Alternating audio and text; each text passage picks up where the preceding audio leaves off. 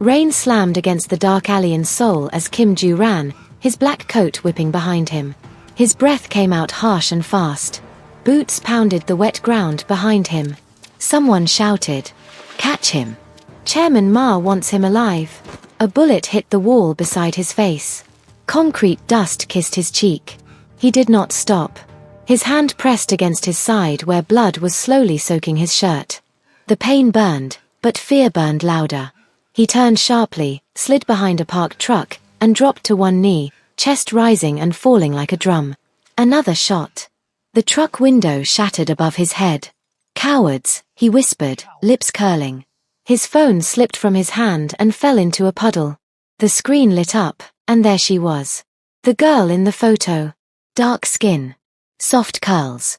White dress. Empty eyes. Jane Bryan. His enemies were hunting him. Blood was leaking from his body. Yet his eyes locked on her picture like she was the only calm thing in the violent night. "Blind heiress," he muttered. "Only heir. Looking for her brother." His head leaned back against the cold metal. The rain hit his face like tiny knives. He laughed quietly, but there was no joy in it. "You might be my way out," he said to the glowing screen. "You don't even know me, and I'm already using you. What kind of monster does that?" Her. A memory cut through him like a blade. Seoyeon's face. Her warm hands turning cold in his. Her voice, weak, trembling. "Live, Jew, even if it hurts." He had not lived. He had destroyed himself. He had gambled away money, then power, then everything he once ruled. Now Chairman Ma owned his debts. Chairman Ma owned his death. "Kim Joo," a voice shouted from the entrance of the alley. "Come out now, or we start shooting at every shadow. You can't hide forever." Kim Joo grabbed the phone again and pulled himself up slowly, pressing tighter on his wound. 3 days. That was the last thing Chairman Ma had told him on the phone hours earlier. "You have 3 days to bring my money," Chairman Ma had said in a calm, amused voice. "After that, I will take your eyes, your hands, your tongue, slowly. The mighty Mafia king will die piece by piece." 3 days to fix what was already destroyed. His thumb hovered over the picture of Jane. He opened the file again, zoomed in on her face. He studied her expression, the stillness, the quiet pain, the loneliness she probably thought no one could see. She was blind. But he felt like the one who could not see. He imagined her voice. Would it be sharp and cold? Or soft and careful? He imagined her hand reaching out in the dark, trusting the man who said, "I'm your brother." A lie that would save his life. "Tonight I'm hunted," he whispered. "In a few days, I'll be knocking on your door, wearing your brother's name." He wiped the blood from his fingers and slid the phone into his pocket. The shouts were closer now. Flashlights cut through the rain. Kim Joo took a deep breath, straightened his back, and moved toward the other end of the alley. His steps were slow but steady. He would not die here. Not tonight. Not before he met the girl in the photo. He did not know that the same girl, sitting alone in a silent mansion in Seongbuk-dong, was about to open her door to the biggest lie of her life. And the greatest love she would ever know. The Bryan mansion stood on a quiet hill in Seongbuk-dong, tall and beautiful, yet cold like a house that had forgotten how to breathe. The lights were on, but nothing inside felt alive. In the east wing, Jane Bryan sat alone in her music room, fingertips resting gently on the piano keys. She wasn't playing, she was listening. Listening to the soft hum of the night, the faint creak of the wooden floor, the whispers of servants avoiding her shadow. To them, she was the blind heiress. Fragile. Untouchable. A curse they were paid to serve. To Jane, they were ghosts, voices with no warmth, footsteps with no honesty. She pressed a single piano key. The soft note disappeared too quickly, like everything else in her life. "Miss Jane," her maid Suminit called from the doorway, voice tight. "Your dinner is ready." "I'm not hungry," Jane replied quietly. "You haven't eaten all day." "I'm still not hungry." There was silence, then hesitant steps. "Your brother hasn't contacted you yet?" Jane's hands froze on the keys. "My brother doesn't contact anyone," she said with a small, bitter smile. "He left because he wanted to. People don't return when love feels like a burden to them." Suminit swallowed. "Maybe he will." "He won't." Jane whispered. The mansion fell back into its natural state, beautiful silence, heavy loneliness. Jane stood up slowly and placed her hand against the wall, walking carefully. She counted her steps. She knew every corner, every doorway, every path. Darkness was not her enemy, it was her companion. She stopped when she reached the front hall. The air felt different. Too still. Too expectant. Then, knock, knock, knock.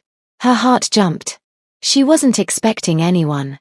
She turned her head slightly. Who's there? No answer. Another knock followed, firmer, confident, almost familiar. Jane's pulse quickened. Something tugged inside her chest, a strange pull she couldn't explain. Miss Jane, the butler called from across the hall. Someone insists on seeing you. Jane inhaled. Who? He claims. The butler hesitated, voice shaking. To be your brother. Jane felt the floor tilt beneath her feet. My brother, she whispered. He came back. Yes, miss.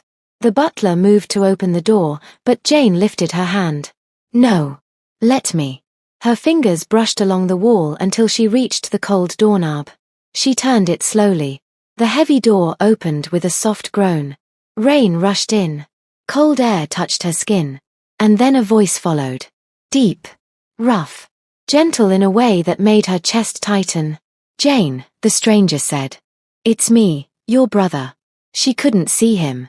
She could only feel him, in the tremor of his breath, in the warmth radiating from his presence, in the way his voice carried both distance and closeness. Something was wrong. Very wrong. Her brother never had a voice like this. Her brother never spoke her name gently. Her brother never returned home at night, or at all. Jane stepped back slightly. Who are you? She whispered. The man stepped forward, his shoes sinking into the soft carpet inside the doorway. I'm the person you've been waiting for, he said softly, and the person who's finally come home. Her heart responded before her mind could stop it. It fluttered. Her fingers curled into her palm. She wanted to believe him. She wanted someone to come home. She wanted warmth in her cold mansion. But something inside her whispered danger. You sound different, she said slowly. I've been gone a long time, he replied. People change. She swallowed. Why did you leave me? There was a pause, a long one. And in that heartbeat of silence, the man who stood before her hated himself. Kim Ju managed a soft lie. I'm here now. Isn't that enough? Jane's lips parted. Her heart didn't know him. But her loneliness welcomed him. Welcome home, she whispered. Kim Ju exhaled slowly, guilt wrapping around his chest like barbed wire. He stepped inside the mansion that would soon become his battlefield. And she stepped into a lie that would soon become her greatest love. The Bryan mansion was quiet that morning, too quiet. Sunlight seeped through the tall windows, but it didn't warm the air.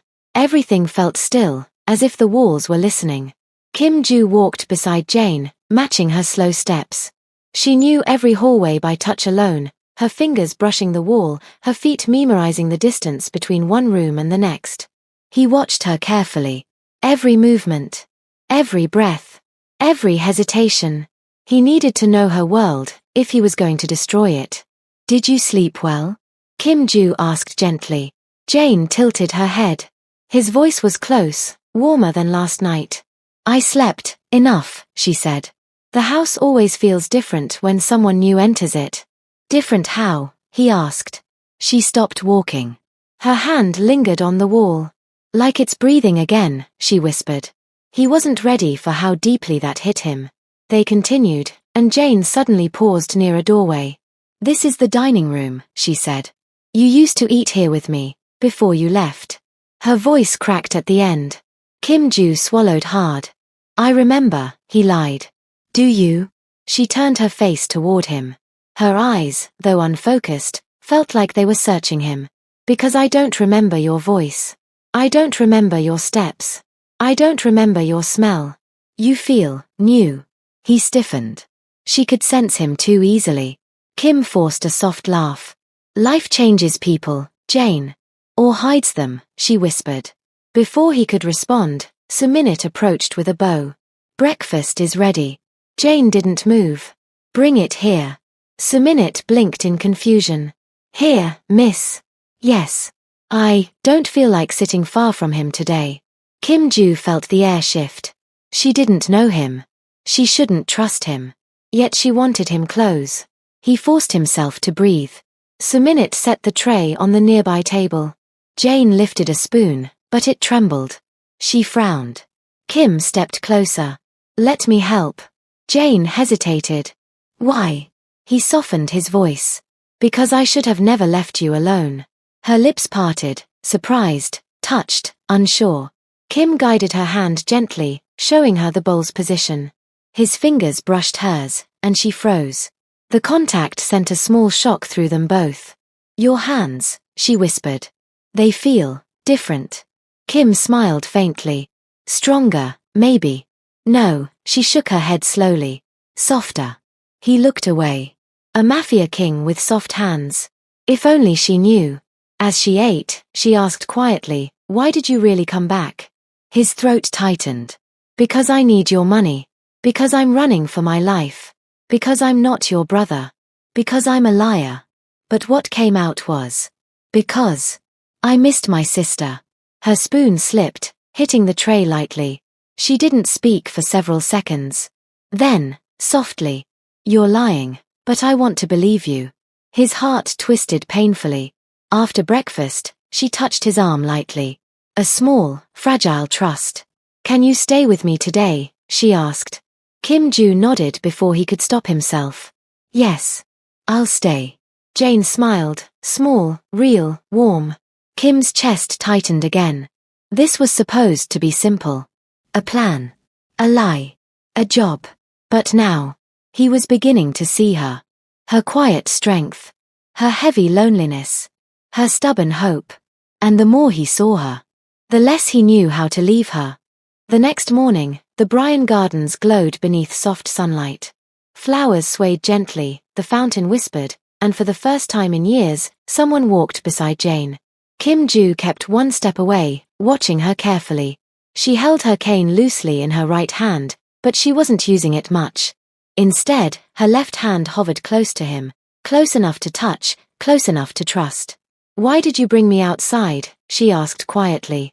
Because the world is bigger than the rooms you hide in, Kim Ju replied. I don't hide, she said. He stopped walking. Then why do you look frightened every time the wind changes? Jane's lips parted in surprise. You notice things too quickly. I notice you too quickly, he said before thinking. She turned slightly toward him. Her cheeks flushed a soft pink. Why? Kim's heart thudded. Because I'm falling for you. Because you're the only warm thing in my frozen life. Because I came to lie, but every minute makes the lie heavier. Instead, he said, because you carry loneliness like a second skin. Jane inhaled sharply. The truth of that sentence cracked something inside her. They continued walking. Jane lifted her face to the sun, letting the warmth touch her eyelids. What does the garden look like today? She asked. Kim blinked. Describe it. Yes, she said gently. Let me see through you. He hesitated. This felt intimate. Almost too intimate. But he nodded. The roses are bright red, he said softly. Like they're burning. The lilies are open, white as snow. The fountain is shining, drops catching the sunlight like tiny stars. Jane smiled, slow, soft, real. Beautiful. You are, too, he whispered. Her breath hitched. What? Nothing, he said quickly, rubbing the back of his neck. Keep walking. But she didn't move. She turned toward him, her hand searching the air until it brushed against his jacket. Kim Ju, she whispered. Why do you sound like someone who's trying to protect me? He froze. Because I am. Instead of answering, he gently took her hand and guided it to a nearby bench. Sit, he murmured. She obeyed, her hand still in his. She didn't let go. Do you know, she began quietly, that no one has touched my hand in years. Not like this. Not like they want to stay. Kim slowly sat beside her. Their shoulders brushed, just barely, but the warmth rushed straight to both their hearts.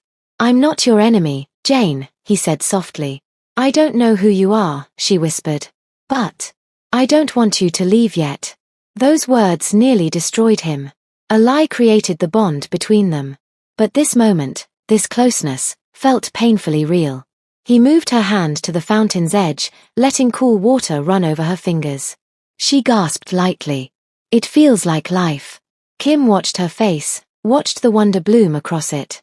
You deserve to feel everything, he said, voice low. Not just darkness. She turned her head, slowly leaning toward the sound of his voice. Stay close, she whispered. Just for today. He shouldn't. He knew he shouldn't. But he leaned in too. For one dangerous second, their lips hovered inches apart, warm breaths mingling, hearts pounding like warnings. He pulled back first. If he kissed her now, he would never be able to lie again. Let's go inside, he said, voice strained.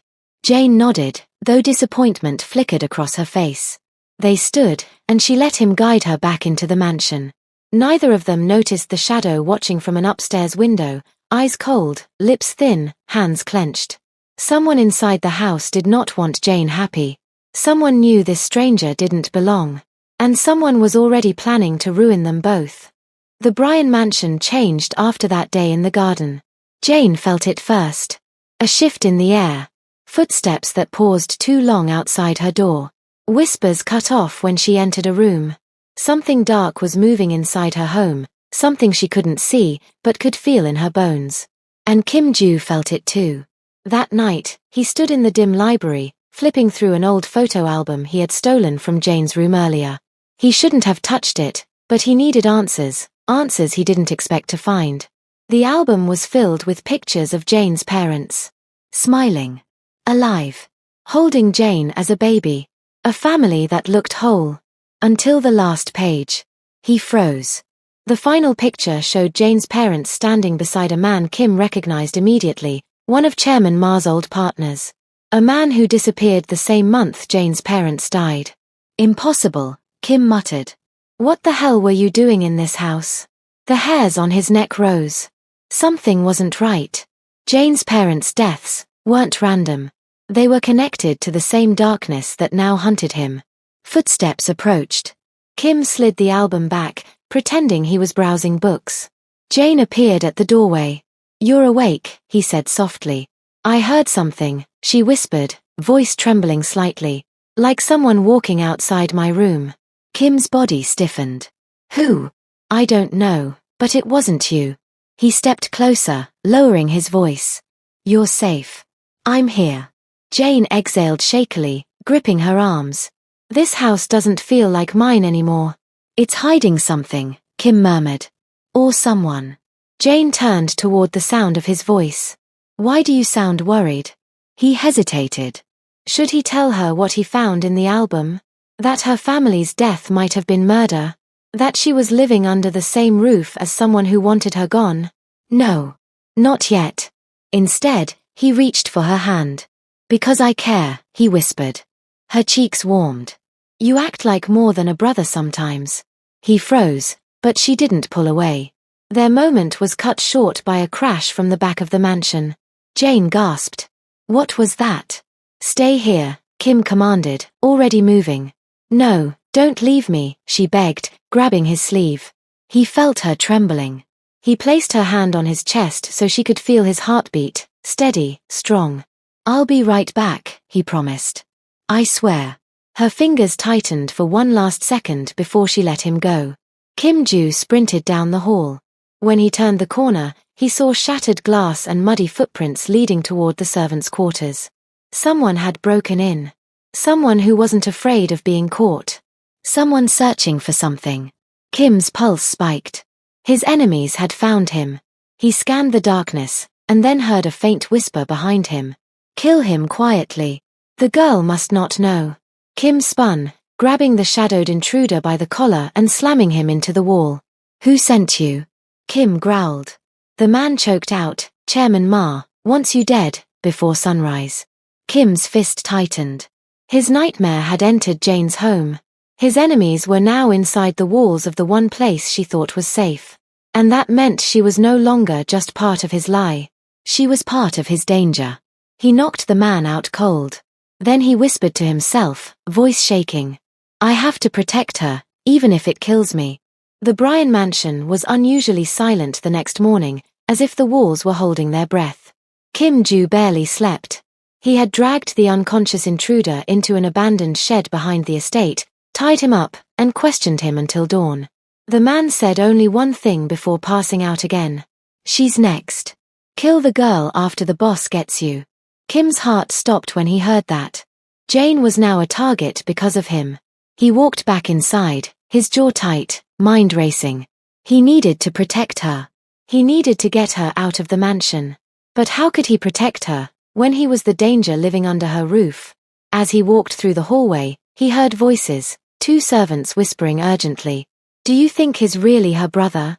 He doesn't act like it." And the boss? Chairman Ma, he's looking for a man with that voice. If Miss Jane finds out. She won't. She can't. And if she does, he'll kill her first. Kim froze. And he wasn't the only one listening. Further down the hall, standing in the corner with her fingers trembling against the wall, was Jane. Her face was pale. Her lips parted. She was breathing too fast, too quietly. Kim's heart plunged. She heard them. He stepped forward. "Jane." She flinched as if struck. "Don't. Let me explain," he said softly. "Explain?" Her voice cracked. "Explain what? That my servants fear you? That someone is hunting you? That you are not who you say you are?" Kim felt something inside him tear. "Jane, please. What is your real name?" she whispered, voice shaking like glass. He swallowed hard. "Kim Joo." She nodded slowly, as if confirming a nightmare. "Not my brother." "No." Her hands began to shake uncontrollably. "You lied to me, every day, every hour. And I trusted you. Jane, I didn't come to hurt you." "Then why are people trying to kill you?" she cried. "Why are you hiding in my house? Who are you really?" He closed his eyes. There was no way out. She deserved the truth. "I was a mafia boss," he said, voice low. "I lost everything. I made enemies. I came here because I needed a way to survive." Jane stepped back. Another step. Another. Each one felt like a knife in his chest. "You used me," she whispered. "You touched my hands. You spoke softly to me. You made me feel safe." Tears rolled down her cheeks. All of it was fake. "No," he said quickly, a tremor in his voice. "Not all of it. Not anymore. Enough," she whispered. "Don't lie again. I can hear lies in your breathing." She turned away, hugging herself tightly. Kim stepped forward. "Jane. Stay back." He froze. "Leave," she said, voice barely audible. "Before I break more than you intended to." He wanted to beg. He wanted to take her hands and tell her everything. That he fell for her. That she changed him. That she was the only light he had left. But she was trembling. And her tears were real. And his presence was poison.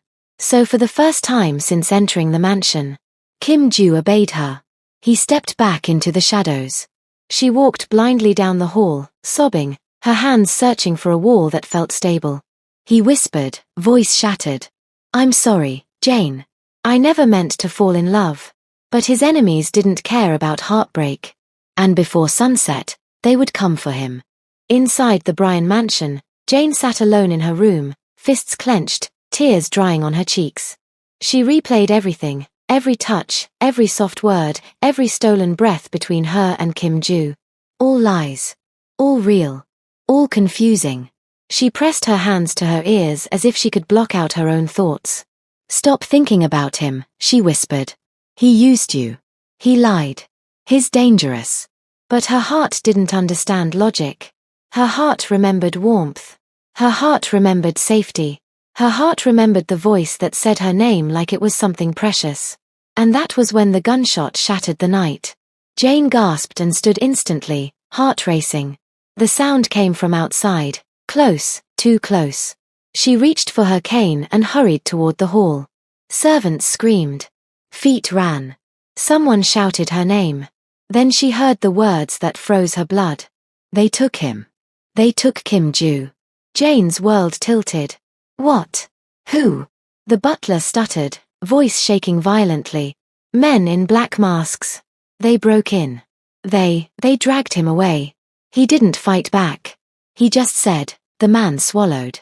He said he was sorry. Jane felt her knees weaken. She held the wall tightly. Where did they take him? She whispered. Out the back gate. 3 cars. They were armed. Her heart beat so hard it hurt. She knew who had taken him. The Mafia hunting him. The same men who wanted her dead, because she mattered to him. Because he loved her. That truth shook her. Her cane dropped to the floor. Miss Jane, where are you going? The butler cried as she rushed past him. I'm going to him. You can't, he shouted. They'll kill you. Jane turned, tears filling her eyes. They already killed the only world I knew. If I let them kill him too, then what's left of me? She ran, blind, terrified, but determined. The storm outside roared as she pushed through the mansion doors into the rain, her dress soaking instantly. Miss Jane. Stop her. She'll die. But she didn't stop. She followed the sound of engines fading down the hill. Her feet slipped, her breath shook, her body trembled, but she kept going. The world was darkness, but she had always lived in darkness. Her heart was her compass now. When she reached the main road, headlights appeared. Do-hyun's old motorcycle screeched to a halt beside her. Jane. He stared at her in shock. You can't be here. Take me to him, she begged. Please. Do-hyun hesitated only a second. Then he handed her a helmet. Hold on tight. She climbed on, gripping the back of his jacket as they sped into the storm. Inside an abandoned warehouse on the outskirts of Seoul, Kim Joo hung from a rope tied around his wrists, blood dripping from his nose. Chairman Ma stepped into the light. You didn't think you could hide behind a blind girl forever, did you? He sneered. Kim lifted his head slowly. Don't touch her. Oh, I won't. Chairman Ma smirked. Not if she stays out of this. But she wouldn't. Back on the road, Jane clung to Do-hyun as rain whipped her skin. She wasn't afraid anymore. Hold on, Kim Joo, she whispered into the storm. I'm coming. Because the truth was clear now. She didn't love a lie. She loved the man behind it. The warehouse loomed in the storm like a wounded beast. Rain hammered the metal roof, thunder roared through broken windows. Inside, Kim Joo hung by his wrists, barely conscious. Blood lined his face. His breathing was sharp, uneven. Chairman Ma circled him slowly. You should have stayed dead, Kim Joo, he hissed. Now you've dragged that blind girl into your grave. Kim forced his eyes open. If you touch her, I swear, I will burn your world. Oh! Chairman Ma laughed cruelly. Let's see how much fire a dying man has left. He raised his gun. But outside, a motorcycle skidded to a halt. Do-hyun jumped off first. Jane, stay behind me. Jane didn't listen. She stepped into the darkness, soaked, trembling, but unstoppable. Her hands shook as she felt her way forward. Kim Joo, she called out over the thunder. Kim Joo, answer me. Inside, Kim's head snapped up. His heart nearly broke. Jane, don't come in. But it was too late. She stepped through the warehouse entrance, and Chairman Ma froze. Well, he sneered. The little princess came to die. Kim jerked against the ropes. Let her go. Jane's voice trembled, but her words were strong. Take me instead. Kim's breath caught. Jane, no. Chairman Ma smiled like a man smelling victory. How sweet. She really does love you. Jane lifted her chin. I do. Kim's heart shattered and healed in the same beat. Do-hyun lunged from behind a crate, tackling one of Ma's men. Gunshots exploded. The warehouse erupted into chaos, shouting, fighting, the sharp echo of bullets. Jane dropped to the floor, covering her head. Jane. Kim screamed. Move to the left, crawl. She listened, trusting his voice over everything, the thunder, the guns, the fear. Each instruction guided her through the danger. Ma fired again, and Jane felt heat graze her arm. She gasped. Kim roared, pulling hard enough on the ropes to tear skin. Do-hyun managed to knock a gun across the floor. Jane's hand brushed it. She froze. Joo. I found something. Slide it to me, Kim ordered. But before she could, Chairman Ma kicked the gun away and grabbed her by the hair. dragging her up. Jane cried out. Kim's blood turned to ice. Let her go. Chairman Ma pressed a knife to her throat. Die with your lover, he whispered. That sentence snapped something inside Kim Ju. With a final, painful pull, he tore free of the rope. His wrists bled, but he didn't feel the pain. He charged forward and slammed into Chairman Ma with a force born from pure desperation. Jane stumbled back. The knife dropped. A gun fired. Silence. Then a cry broke through it. Kim Ju's voice. Jane. Jane, talk to me. She touched her stomach. Warm blood coated her fingers. Ju. I'm okay. I think. She collapsed. He caught her instantly, dropping to his knees, cradling her in his arms as rain poured through the broken roof. Stay with me, he begged. Please, Jane. Stay. Her hand searched for his face. I can't see anything. You don't need to see, he whispered through tears. Just breathe. Just stay. Do-hyun rushed over. We need to get her to a hospital now. Kim lifted her into his arms and ran into the storm. Months passed. Jane woke in a bright hospital room, her sight finally restored after surgery. Shapes sharpened. Colors bloomed. Light danced. But Kim Ju was gone. He vanished from the hospital. He vanished from Seoul. He vanished from her life. Her heart ached until she could no longer stay still. She searched every village, every port, every quiet corner of Korea, until she found him in a small seaside town, repairing fishing nets under the fading sunset. He froze when she approached. His eyes filled instantly. Jane, he whispered. You can see me. She smiled through tears. I've always seen you, just not with my eyes. He fell to his knees, head pressed to her hands. I'm sorry. For everything. For every lie. For every tear. Jane lifted his face gently. Then spend the rest of your life telling me the truth. Kim reached into his pocket, hands trembling, pulling out a small silver ring. Marry me, Jane, he whispered, voice breaking. Let me love you the right way, for the rest of my life. Her answer was simple. Yes. They held each other as waves crashed beside them, the storm long gone. Love had finally come home.